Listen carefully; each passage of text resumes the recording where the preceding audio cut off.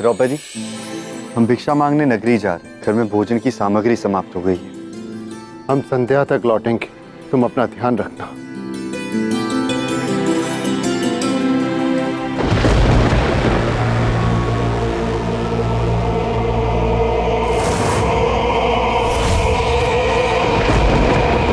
गुरुदेव, भोजन का समय होने को चला। बहुत भूख लगी, किंतु इस घने वन में हमें भोजन प्राप्त कैसे होगा? शिव के भक्तों का ध्यान स्वयं शिव रखते हैं। नजदीक ही ये कुटिया है, लगता है वही हमारे भोजन का प्रबंध होगा। जय शिव शंभो।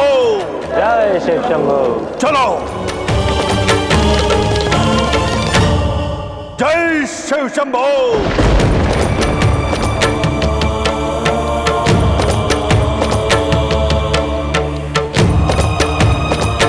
क्षमा कीजिए ऋषिवर, आप कौन हैं? मैं आपको पहचान नहीं पाई। मुझे नहीं जानते, मैं ऋषि दुर्वासा और ये मेरे शिष्य हैं।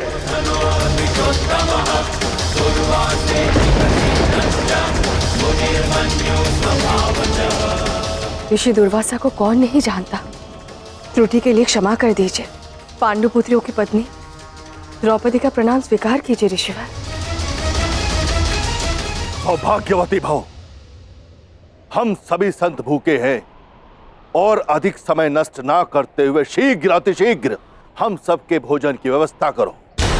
मैं और मेरे सभी शिष्य नदी तट पर स्नान करने जा रहे हैं। हमारे आने से पूर्व भोजन की उचित व्यवस्था हो जानी चाहिए।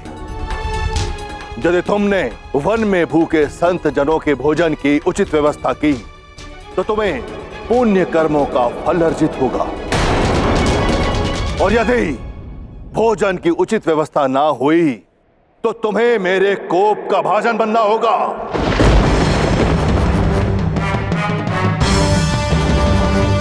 इतने सारे संत जनों के भोजन की प्रबंध की बात तो दूर, घर में तो अन्न तक नहीं है। अब क्या होगा प्रभु?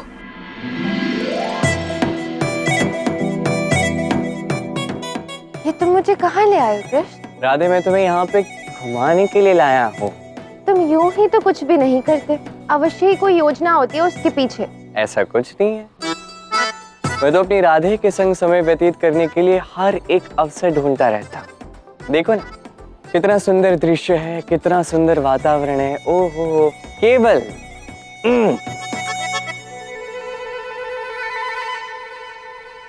केवल केवल क्या? केवल भोजन नहीं है यहाँ पे राधा, मुझे बहुत भूख लगी है। हो ना हो तुम कुछ और ही सोच के आए हो कृष्ण। भोजन का समय हो गया है, भूख तो लगेगी ही ना। भोजन का प्रबंध कर दो ना कहीं से, बहुत भूख लगी है राधा, मुझे तो चक्कर आ रही है। इस घने वन में भोजन कहाँ से मिलेगा? देखो यहाँ तो केवल फल मिलेंगे, भोजन नहीं। हाँ तो ठीक है, फल ला दो, अच्छी बात है। ठीक है, तुम भोजन का प्रबंध करो, तुम आगे जाओ, मैं आता हूँ धीरे धीरे। मुझे तो चला भी नहीं जा रहा, कुछ समझ में भी नहीं आ रहा, मैं विश्राम कर लेता हूँ। तुम बैठ गए, थक गए? देखो तुम ये सब मुझे सताने के लिए तो नहीं कर रहे हो ना? हाँ, मैं जानती हूँ तुम्हें कोई भूख भूख नहीं लगी है, ना ही तुम थके हो। पता नहीं ऐसे झूठी बातें क्यों करते रहते हो।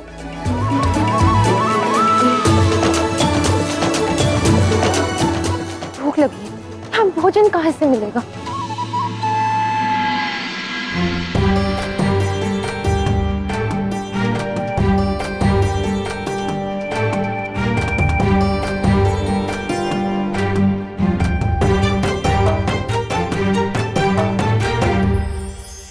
ये क्या, इतने घने वन में कुटिया? कदाचित यहीं से भोजन की व्यवस्था हो जाए।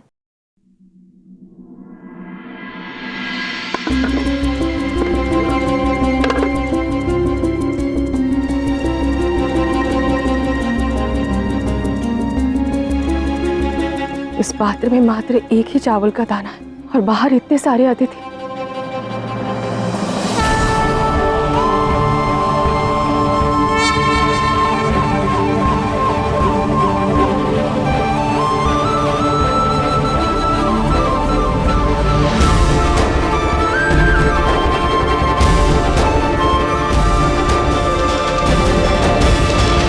अच्छा, तो कृष्ण के उस स्वांग का कारण इस वन में द्रौपदी का होना था। इसका अर्थ है कृष्ण द्रौपदी से मिलना चाहता था, इसलिए भोजन ढूंढने के लिए उसने मुझे आगे भेज दिया। आप कौन हैं? और आपके आते ही मुझे इतनी शांति की अनुभूति क्यों हुई? मैं राधा, कृष्ण की राधा। कृष्ण की राधा? तो आप राधा हैं, किंतु आप ऐसे यहाँ वन में क्या कर रहे हैं? मैंने तो अपना परिचय दिया ही नहीं। मैं द्रौपदी। मैं यहाँ कृष्ण के साथ आई थी, किंतु अब समझ में आया कि कृष्ण यहाँ क्यों आया है। कृष्ण? सखा कृष्ण आए? कहाँ है वो? वो बस आता ही होगा। वो क्या है ना कि उसे तीव्र भूख लगी थी, किंतु यहाँ कहीं भी एक भी फल नहीं है। द्रौपदी, आज तुम अपने सखा को भोजन खिला दो। भोजन? ये कैसा दुर्भाग्य है। राधा, आज घर में मैंने कुछ भी नहीं पकाया क्योंकि घर में अन्न की कोई व्यवस्था ही नहीं थी। और फिर ऋषि दुर्वासा अपने 100 शिष्यों के साथ अकस्मात यहाँ पहुंचे हैं। वनवास में पहली बार मुझे दुख हो रहा है कि ये कैसा समय आ गया है कि मैं अपने सखा को, ऋषि गणों को ठीक से भोजन भी नहीं खिला सकती। ऋषि दुर्वासा वो यहाँ पधारे हैं। अगर मुझे समय पर भोजन नहीं मिला तो मैं तुम्हें श्राप दे दूंगा। किंतु वो तो बहुत क्रोधित स्वभाव के हैं और बात बात पर श्राप दे देते हैं। यदि तुमने उन्हें भोजन नहीं दिया तो वो क्रोधित हो जाएंगे द्रौपदी। किंतु राधा, घर में तो मात्र एक चावल का दाना ही है, इससे कैसे किसी की भूख शांत हो सकती है?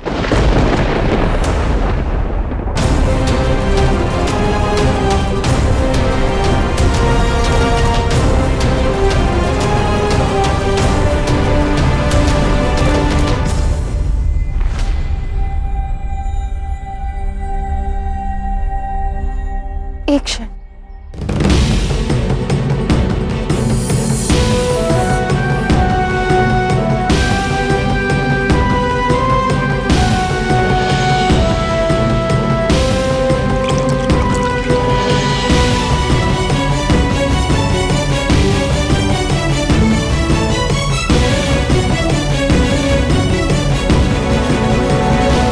द्रौपदी, जैसे एक छोटा सा बीज प्रेम से एक विशाल वृक्ष का आकार लेता है, उसी प्रकार ये अन्न का दाना सारे ऋषिगण का पेट भर सकता है।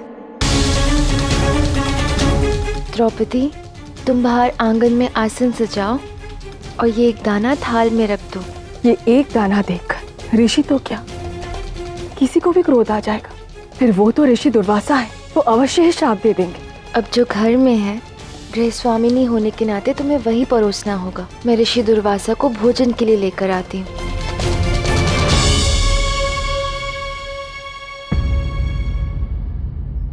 यहाँ इतनी तेज धूप हो रही है, पांडव भी इसी वन में अपना वनवास काट रहे हैं, तो उन्हें अपनी कुटिया नदी के निकट बनानी चाहिए थी।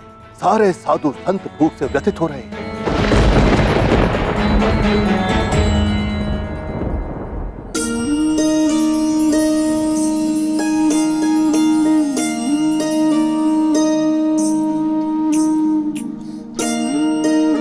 देवी राधा, आप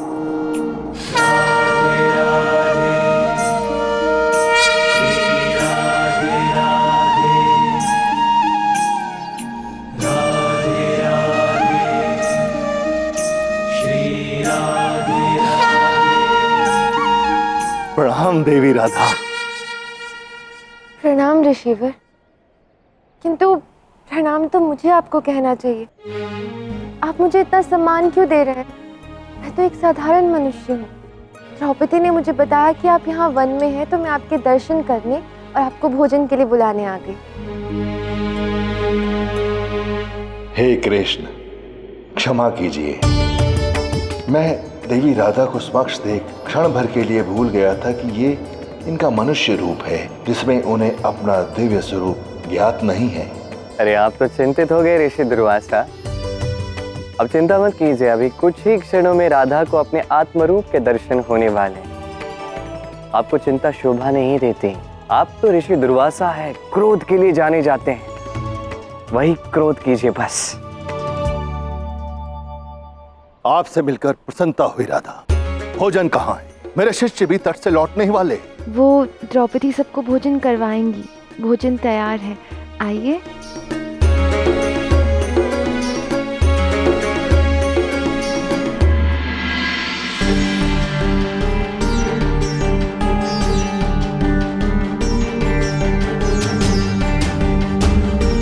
हे सखा कृष्ण,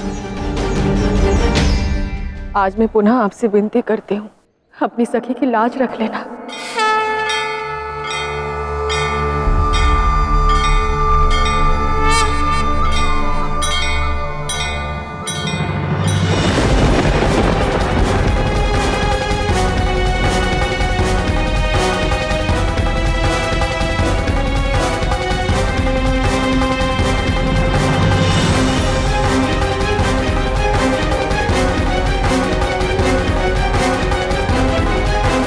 हे सखा कृष्ण, तुम भी आ जाओ कृष्ण, तुम्हें भी तो भूख लगी है।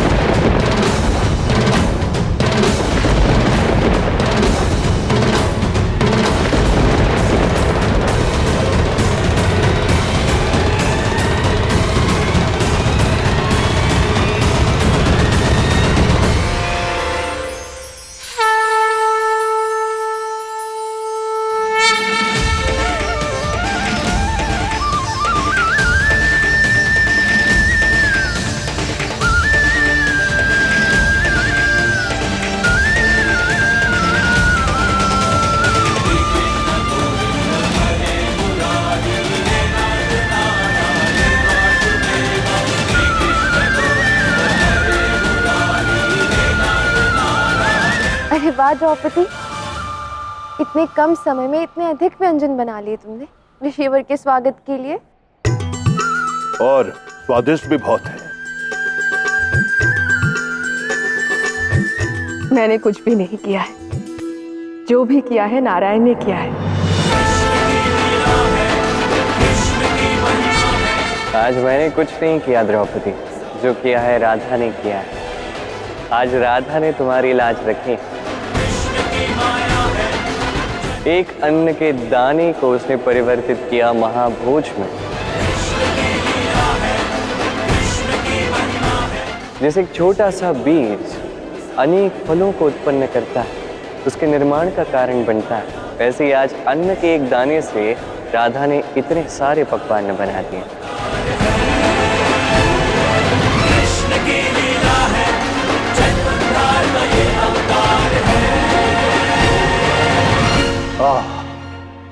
मन तृप्त हो गया। मैंने अपने संपूर्ण जीवन में इतना स्वादिष्ट भोजन पहले कभी ग्रहण नहीं किया। अद्भुत। ये तो बहुत अच्छा है। फिर तो आप द्रौपदी को विशेष आशीष दीजिए ऋषिवर। अवश्य। इतने प्रेम भाव से भोजन कराने वाली देवी द्रौपदी को मेरे संपूर्ण तपो का फल प्रदान हो।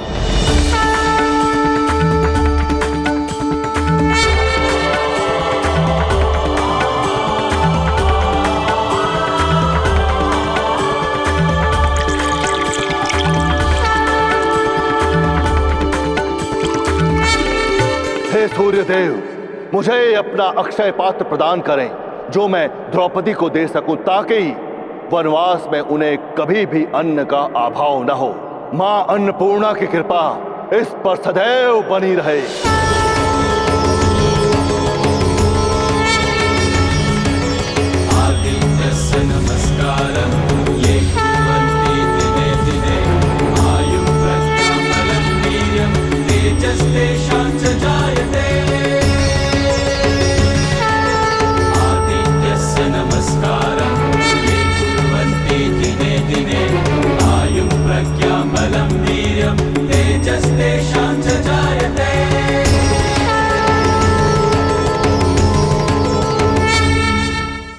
कैसे कहूँ मैं राधा, मैं तुम्हारी कितनी आभारी हूँ। सत्य में, यदि तुम ना होती ना तो आज बहुत बड़ी समस्या हो जाती। समस्या तो हो जाती क्योंकि तब कृष्ण भी भूखा रहता। सखा कृष्ण को भी तो भूख लगी थी ना। मैं तो भूल ही गई, किंतु ऋषिगणों ने सारा भोजन समाप्त कर दिया। अभी तक उन्होंने कृष्ण का हिस्सा खाया है, किंतु राधा का हिस्सा अभी शेष है। राधा,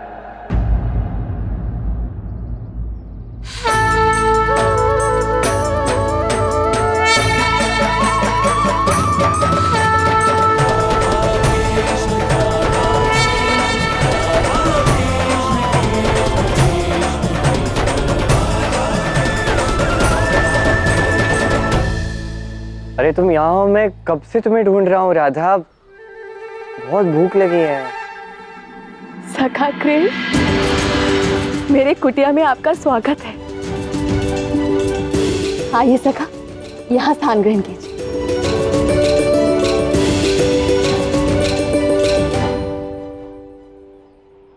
अब समझी कृष्ण की लीला।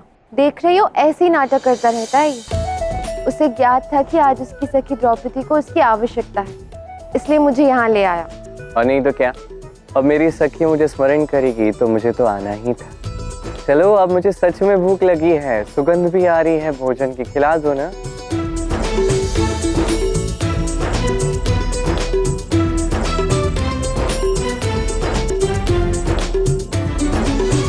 कितनी सौभाग्यशाली हूँ मैं कि आप इस वन में भी सदैव मेरी सहायता करने आ जाते हैं। सखा, मुझे ज्ञात है आप ही के कारण मैं इस वन में भी महलों जैसे सुख में हूँ।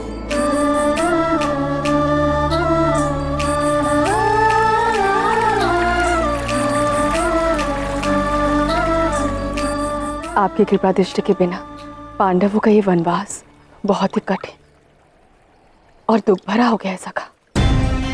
मैं चाहती हूँ कि आप उन पर अपनी कृपा दृष्टि बनाए रखें।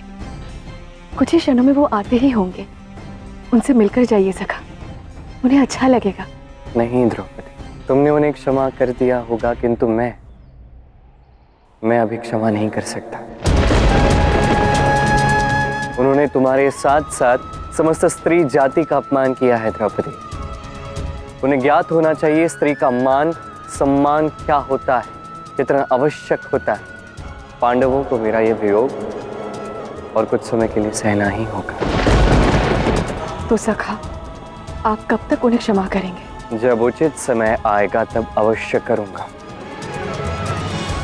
जब वो अपने पाप का प्रायश्चित कर लेंगे तब अवश्य मिलूंगा।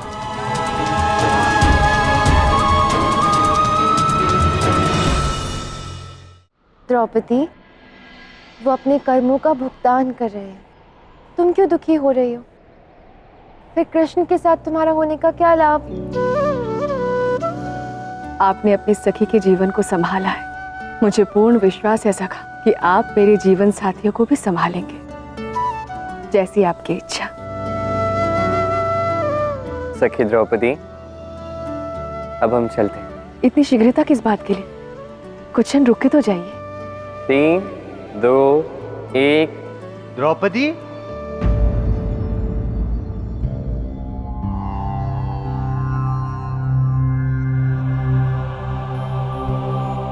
ठीक है, यदि आप जाना चाहते हैं तो जाइए, किंतु पुनः शीघ्र ही आइएगा। चलो।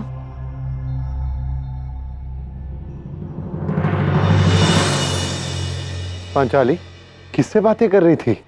सखा से।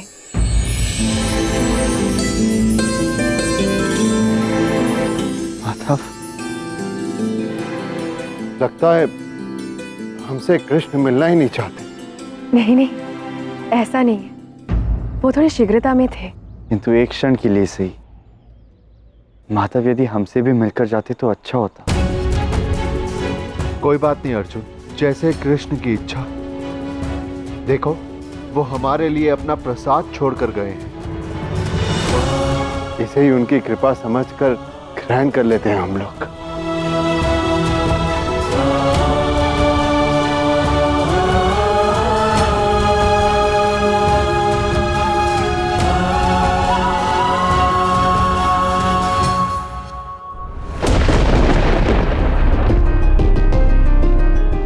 प्रसाद तो मुख में राख बन गया। इसका अर्थ है कि माधव ने हमें क्षमा नहीं किया। हाँ अर्जुन, जो कृष्ण देंगे वही उनका प्रसाद है, चाहे भले ही वो राख हो। हमारे पाप इतने बड़े हैं कि हमें श्री कृष्ण की क्षमा प्राप्त करने की अधीरता नहीं रखनी चाहिए। कृष्ण, पांडव तो तुमसे मिलने के लिए कितने अधीर हैं। चलो उन्हें ये तो समझ में आया कि उनसे कितना बड़ा पाप हुआ है। कब क्षमा करोगे उन्हें? द्रौपदी को दासी बनाकर उन्होंने अक्षम्य अपराध किया है राधा। एक स्त्री को उसके स्थान से इतना पतित करने वाले वो होते कौन हैं? जो मनुष्य होकर भी मनुष्यता को भूलते हैं राधा, उन्हें मैं इतनी शीघ्र क्षमा नहीं कर सकता। अन्यथा वो भूल, वो पाप पुनः दोहराया जा सकता। अब जब तक पांडव स्वयं किसी के दास नहीं बनते, तब तक उनका ये प्रायश्चित पूर्ण नहीं होगा।